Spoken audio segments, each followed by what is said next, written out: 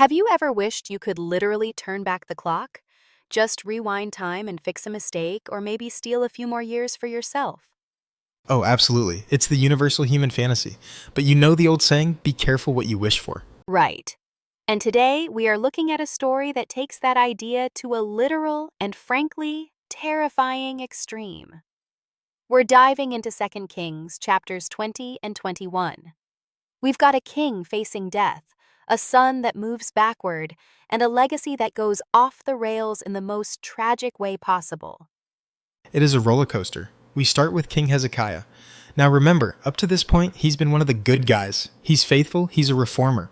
But then he gets sick, terminally sick. The prophet Isaiah walks in and basically says, "Get your affairs in order, this is the end." That is brutal. No sugarcoating it. Just, you're done. How does Hezekiah handle that? Not well. And honestly, who would? He turns his face to the wall and just breaks down. He weeps bitterly, reminding God of his faithfulness, and it works. Before Isaiah even leaves the city limits, God tells him to turn around. Hezekiah gets a reprieve, 15 extra years of life. 15 years is a lifetime in politics. And didn't he ask for a sign? I feel like if a prophet tells me I'm healed, I'd want proof. He did, and this is the wild part. Hezekiah is given a choice. Should the shadow on the sundial go forward 10 steps or backward? Hezekiah figures, well, time naturally moves forward, so making it go back would be the real miracle. And that's what happens. The shadow returns 10 steps.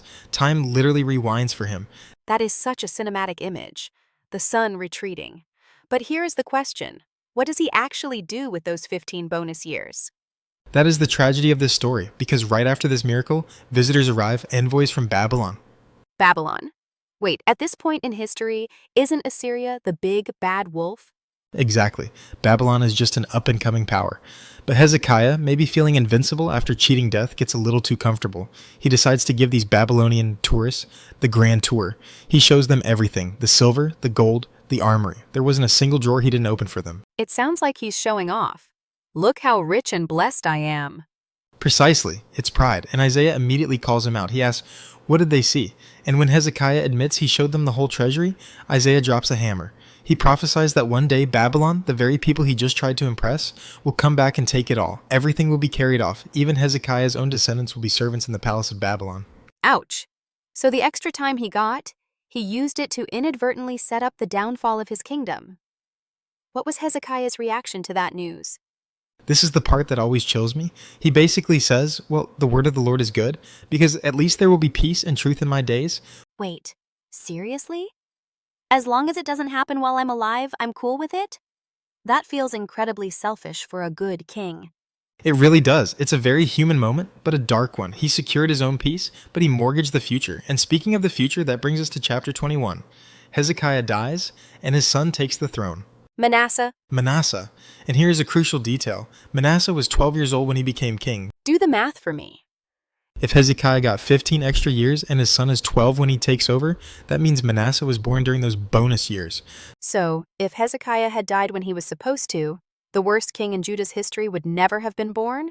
Exactly. And worst is an understatement. Manasseh reigns for 55 years, and he completely undoes everything his father built. He rebuilds the high places.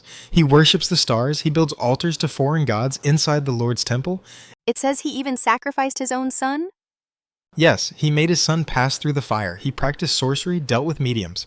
The text says he shed so much innocent blood that he filled Jerusalem from one end to another. It wasn't just idolatry, it was a reign of terror. That is a staggering collapse. In one generation, they go from a miraculous healing to state-sponsored child sacrifice. And God's response is terrifyingly vivid.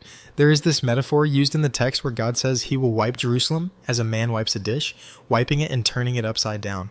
That is visceral. It's not just punishment, it's a total cleaning out. Like, this is so filthy, I have to scrub it and flip it over. It implies a total reversal. The protection is gone. Manasseh seduced the people to do more evil than the nations God had originally driven out of the land.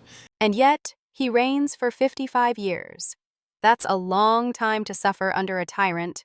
It is. When he finally dies, his son Amon takes over and continues the same evil, but he only lasts 2 years before his own servants assassinate him. The people then kill the conspirators and put his son Josiah on the throne. It's just chaos. Bloodshed, coups, and spiritual darkness. It really forces you to think about the ripple effects of our choices.